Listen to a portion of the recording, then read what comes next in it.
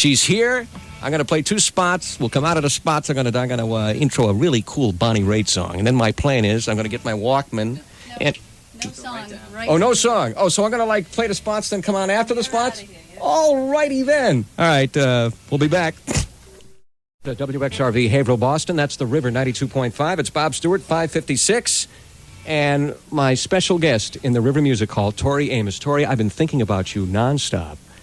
You know Hi, Bob. Hi, how are you? I am just so jazzed. This is like such a high point for me and a lot of other people. We've got a whole bunch of people here in the River Music Hall. Welcome to the River. Thank you. Yeah. You're looking very nice. I must confess, I heard you play earlier, and you just sounded awesome. Well, I met up with Neil, who used to be at the River. Oh, really? Yeah. I don't know Neil. I've met up with people who've been talking about the River. Neil said he used to work here. He used to interview me, Neil, and we used to talk about oysters. Wow. Yeah. You know what I did last Sunday? I picked up your biography.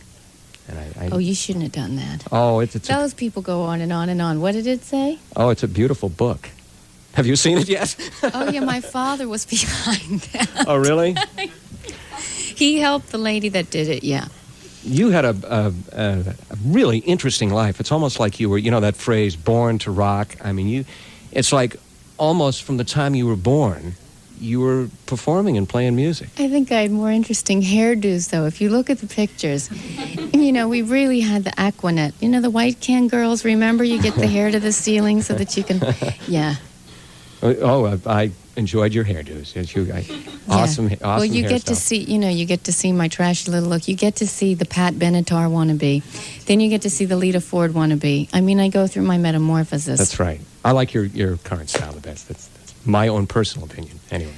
Well, it's just got too hard to try and... Lita does Lita better than I ever did, that's for sure.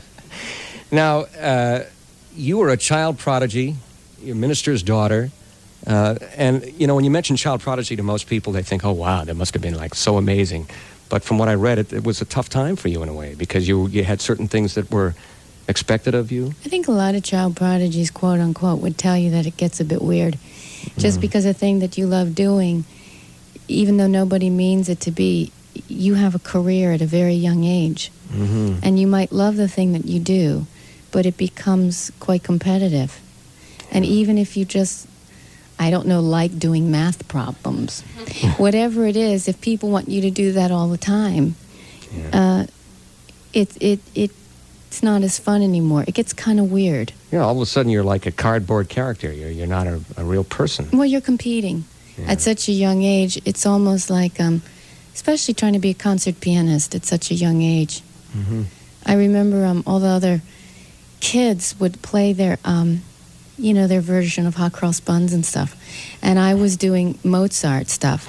But they would get the double-decker fudge chocolates when they finished the recital. Uh-huh. And I remember sometimes the teachers going, you just don't have this yet. Mm. And I'm like...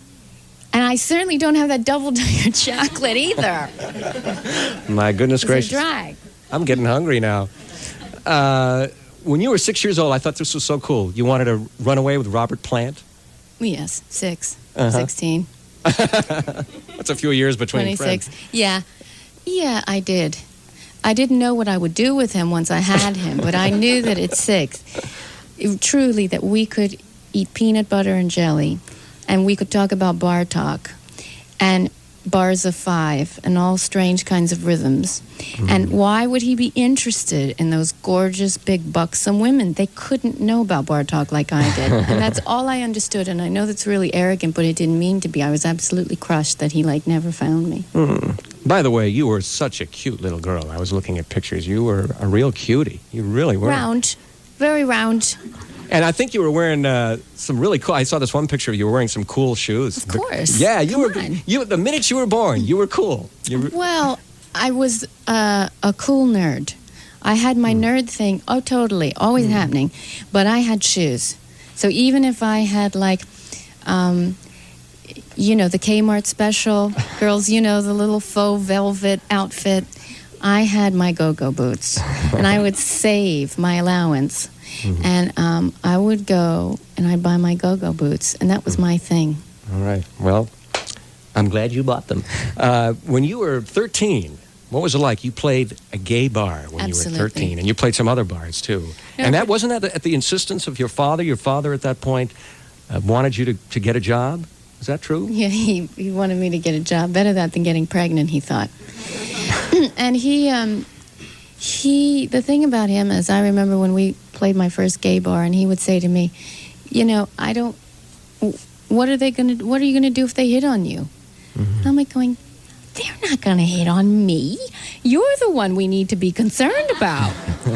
And the thing is, I'm really, now when I look back, that kind of exposure to the gay side of things changed my whole life, because they taught me how to dress, they taught me how to walk, they taught me, how to flirt with boys, they taught me everything. And it's really funny because as I got older, and I just loved the fact telling male men, when they would say, how did you get your sense of style? And I said, well, the gay men in my life. Because they really taught me so much about being a girl. And that side of playing in the gay bars, did that sort of kindle the side of you that was sort of the non-Christian side of you, the sort of the cool, passionate side of you? Did that sort of go with that side? You know what I mean? Well, I had that going since I was about 3. But when I would ask about Mary Magdalene, it was very clear that she was not a respected figure.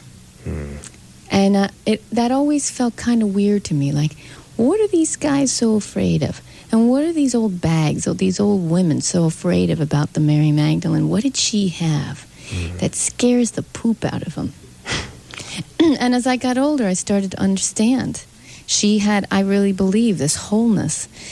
She wasn't about the Virgin or the Divine Mother, bless her, but it was about being a woman, maybe a high priestess, not the whore, but in her own right, very much an equal to Jesus, more than some kind of, he saved her butt. I get so tired of that, because I think that, in the Christian side of things, in other religions, it's never about, the women having that kind of wholeness, the women being able to explore these different sides.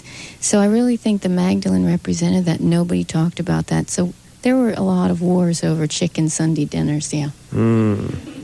Okay. Let's, speaking of expressing oneself, let's have you play a song here. What are you going to play for us now, Tori? This is something I haven't really played yet today.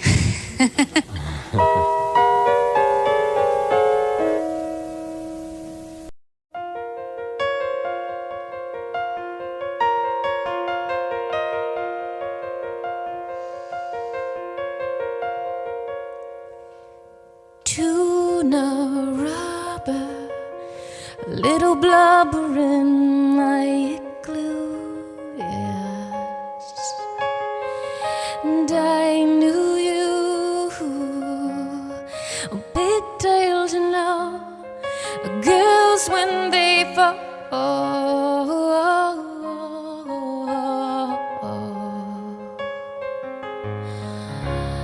And they said Marianne killed herself, and I said, not a chance,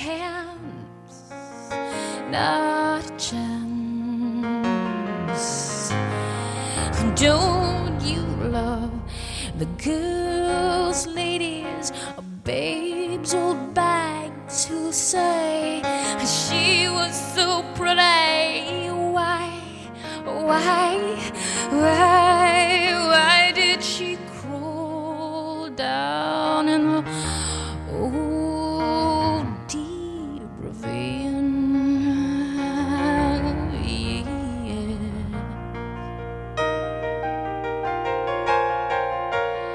Come on, pigtails, girls, and all those sailors, get your bags and hold down.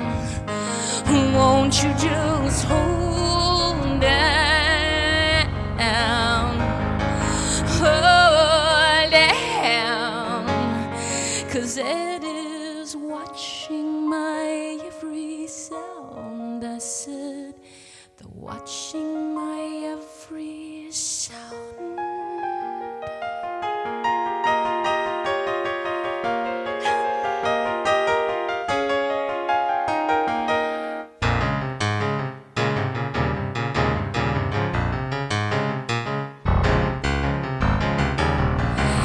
The weasel squeaks faster than a 7-day week. I said, Timmy, and that a purple monkey rolled down at Bobby's house, making themselves pastors and lesters and jesters and my traders of kite.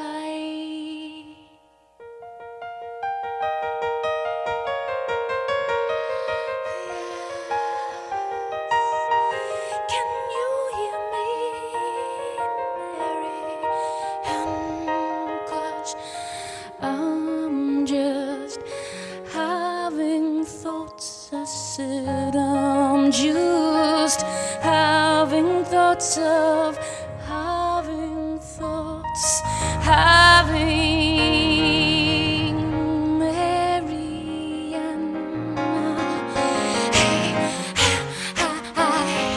She could outrun the fastest slide. She could, having thoughts of Marianne, quickest girl in the frying pan. I'm just having thoughts of Marianne.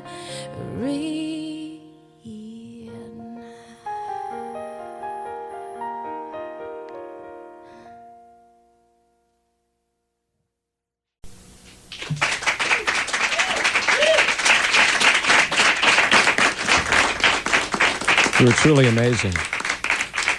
You're better in person than it is to listen to you on a CD, by far. And I love listening to you.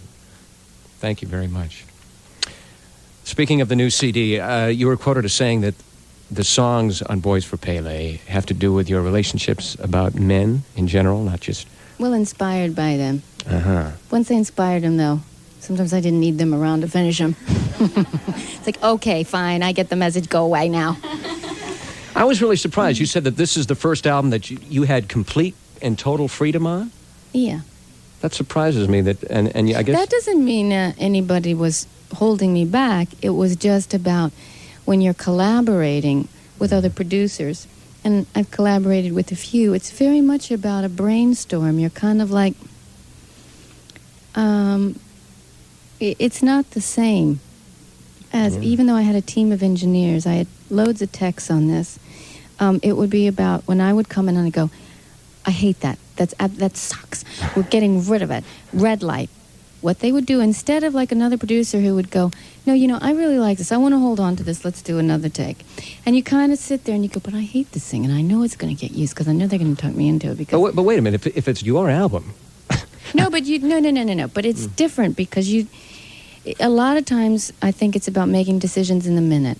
So since I was producing it alone this time, I would turn around and say to the techs, guys, let's get rid of it. And they'd look at me and they'd go, all right, in 3, we are pushing the red button.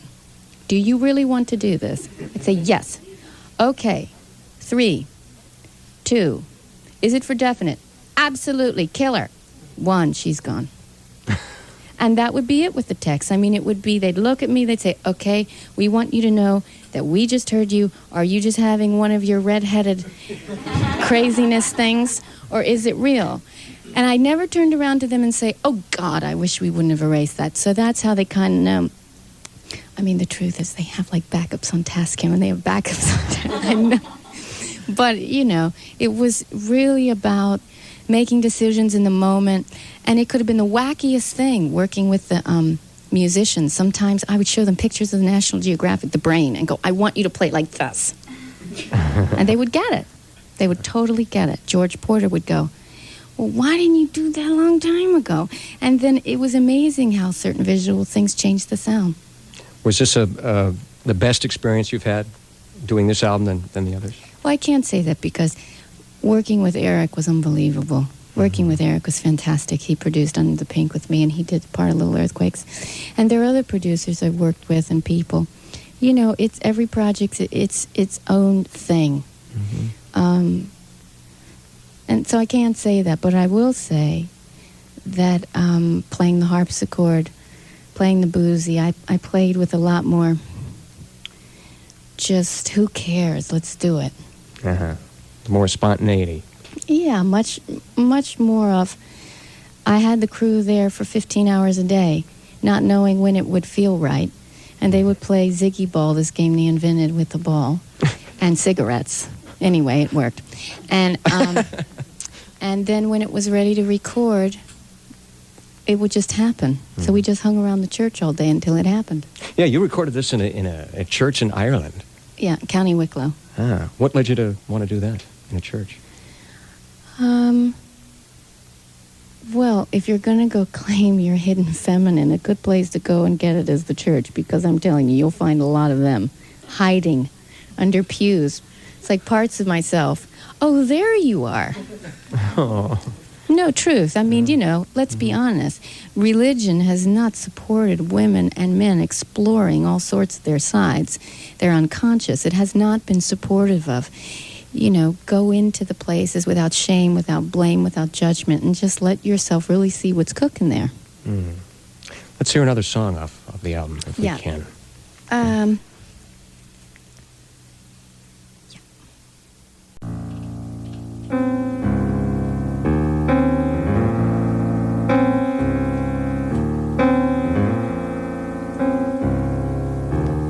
Little Amsterdam, in a southern town, harmony, get it on the plate, girl.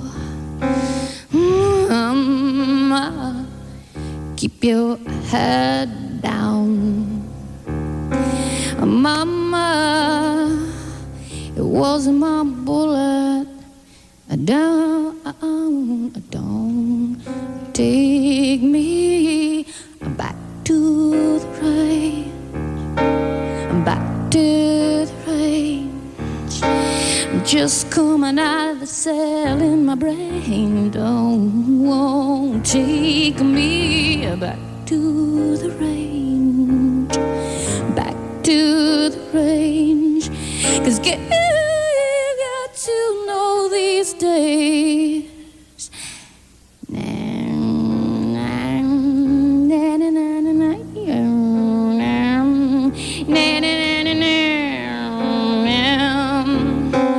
Mama got a shit. She loved a brown man. Then she built a bridge in the sheriff's bed. She'd do anything to save her man. You see, her olives, they are cool pressed, and her best food is a sundress. But mama, it wasn't my bullet. Don't take me back to the range, back to the range. I'm just coming out of the cell in my brain. Don't take me back to the range, back to the range. 'Cause get to know these days.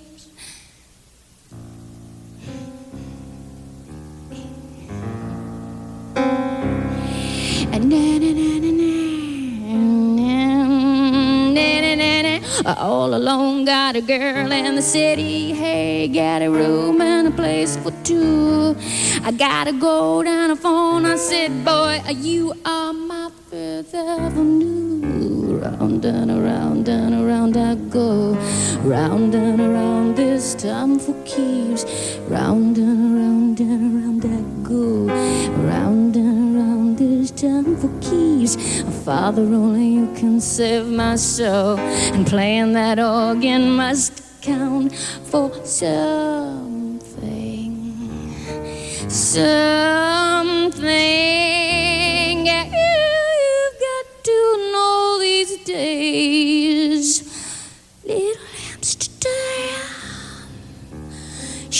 down today. They buried her with a butter bean bouquet, and the sheriff now can't ride away like he said into the sunset. And I won't say that he shouldn't have paid, but mama, it wasn't my bullet.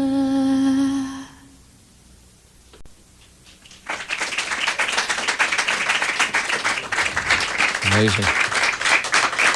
This is the River 92.5. I'm Bob Stewart, and my special guest in the River Music Hall performing live, Tori Amos, joining me. It's now 6:16. God, when you perform, you go into another world. It's so incredibly great to watch. It really is. Now you're supposed to say thank you. Oh, that's really cool. I'm curious.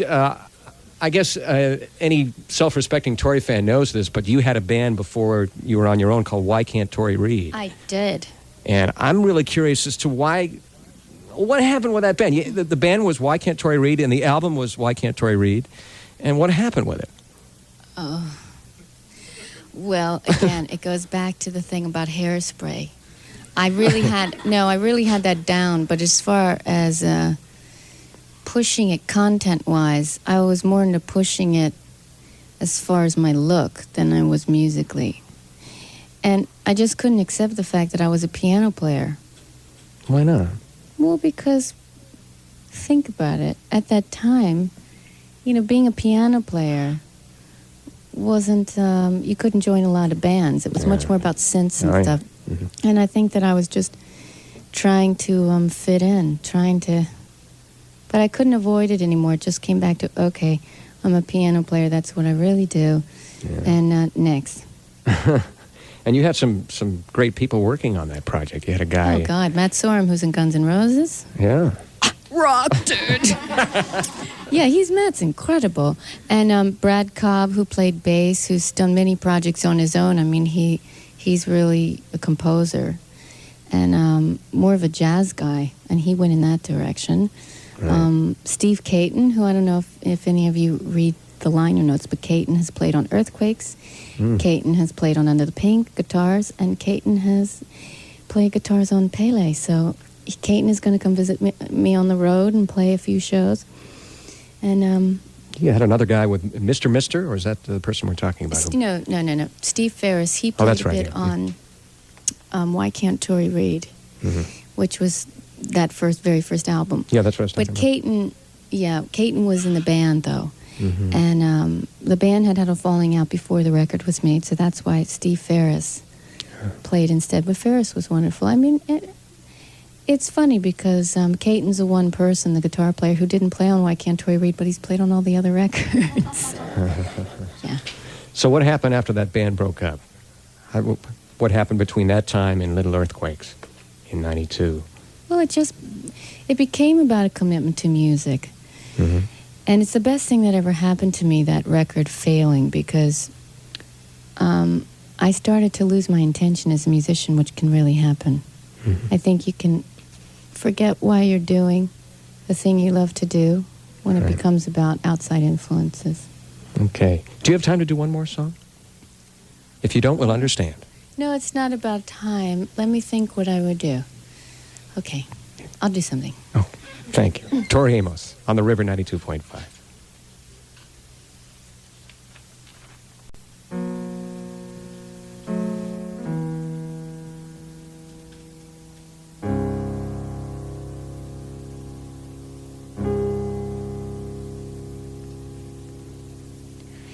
This old man, he played knick-knack on my thumb with a knick-knack paddywhack, give your dog a bone. This old man came rolling home.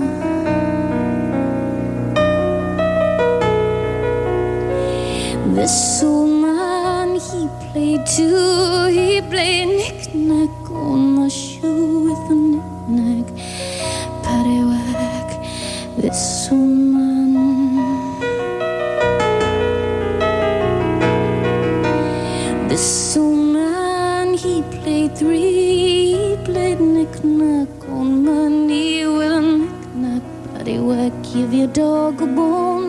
this old man came rolling.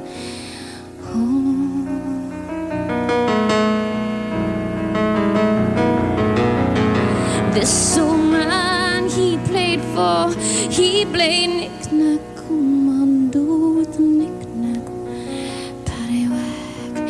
This old man, he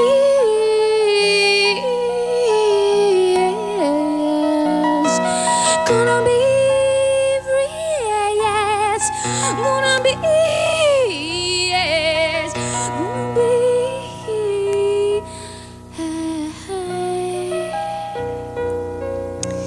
This old man, he played knick-knack on my ship,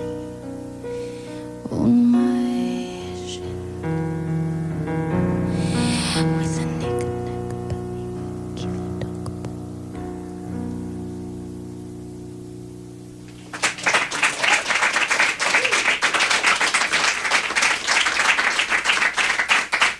a Tori Amos, thank you very much. It was a Thanks. true delight to meet you and talk with you and to hear you play and perform. And just before you go, next tour in this area?